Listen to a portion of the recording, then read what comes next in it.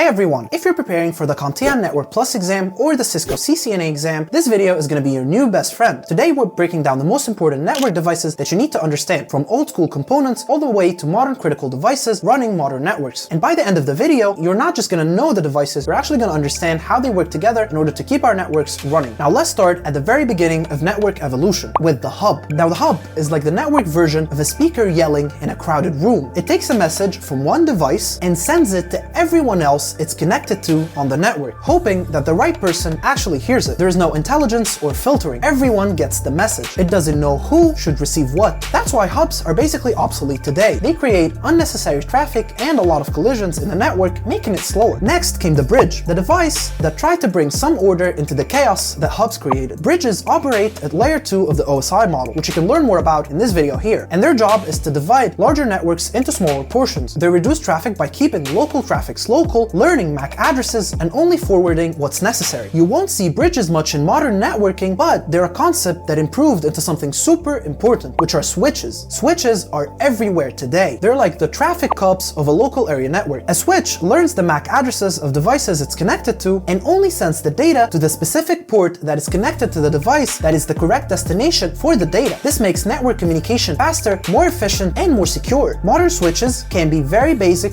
or super advanced. They can support VLANs, power over Ethernet, and even link aggregation. A switch is one of the most essential devices in a local network. It also works at layer 2 of the OSI model, which is the data link layer. It actually builds out a table of MAC addresses that it learns. These are unique identifiers set to each device on the network, and then it learns which device is connected to which port. And then when a packet comes in, the switch actually checks its destination MAC address and then forwards the packet to the port that is correspondent to the MAC address during the table that it learned earlier. This reduces unnecessary traffic and collisions, especially compared to older devices like hubs. Now, some modern switches work at layer 3 of the OSI model or the network layer, combining switching with limited routing abilities. These are called multi-layer switches. They can also support VLANs or virtual local area networks that can help you segment your network into smaller parts. And as previously mentioned, some of them actually support power over Ethernet, which helps you power devices through Ethernet ports, which is useful for powering phones, cameras, and wireless access points. So basically, a switch is your central hub for wired devices inside a LAN, ensuring fast, reliable communications. But what if you need to move data between different networks that are not local to each other? Well, that's where a router comes in. Routers operate on layer 3 of the OSI model, which is the network layer, and they handle IP addressing or internet protocol addressing and routing packets from one network to another network, whether it's between your home and office, your phone and the internet, or between different office subnets. Routers also have features like DHCP, which you can learn more about in this video here, network address translation, and firewall capabilities, making them a very vital piece of most modern networks. While switches manage traffic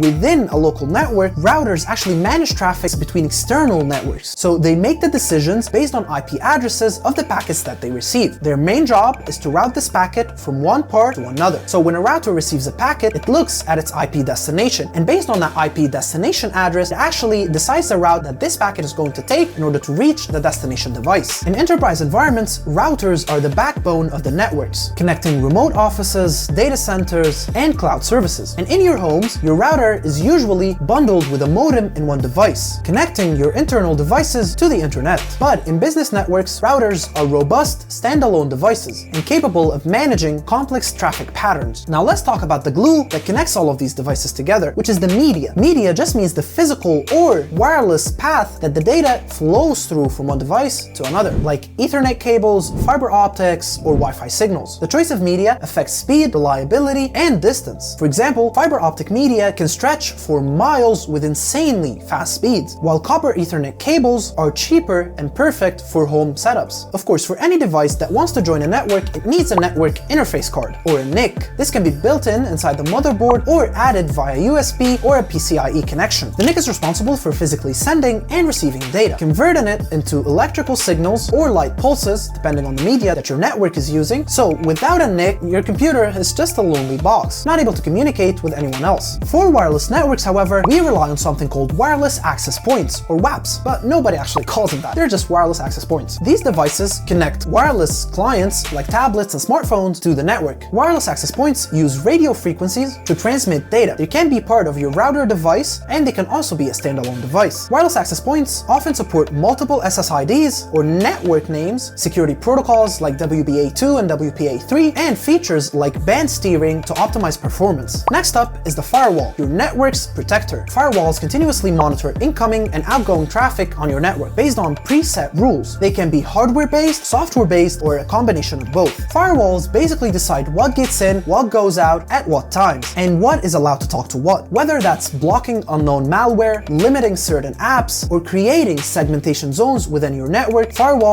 are essential for any secure setup. Let's talk about the modem, the device that makes internet connectivity possible. Modem stands for modulator demodulator. It converts digital signals from your computer into analog signals that your ISP can transmit, and vice versa. Think of it like a translator between your network and the wide open internet. In many homes, the modem and the router are combined together in one single device. But in business environments, they're often kept separate for better performance. And finally, we've got the last device that we're talking about today, which is the NAS, or the network attached storage. This is like your own private server. A NAS device connects directly to your network and provides centralized file storage for all your devices. It's used for backups, media servers, file sharing, or even running small-scale services. In corporate settings, NAS systems offer redundancy, access controls, and remote accessibility, making them incredibly powerful for both productivity and security. So there you have it, the building blocks of basic networks, from dumb hubs to smart switches, and from signal translating modems to powerful NAS devices. These components shape everything about how modern networks function. And if you're studying for the CCNA exam or the CompTIA Network Plus exam, understanding these devices is going to be critical. They are definitely going to show up on questions in your exam, and most importantly, you're going to deal with them every single day in your networking career. And if you want to learn more about networks, you can actually check out our CompTIA Network Plus course on diontraining.com/courses. We break all of these devices down in even simpler terms and more of the concepts discussed in the CompTIA Network Plus objectives in small manageable videos that you can study and digest for the exam. Whether you're new to networking or just refreshing your knowledge, we've got you. Check out diontraining.com for the best courses out there. If you like this video, hit the like button, comment down below what kind of videos you want to see from the Dion Training channel, and I'll see you in the next one.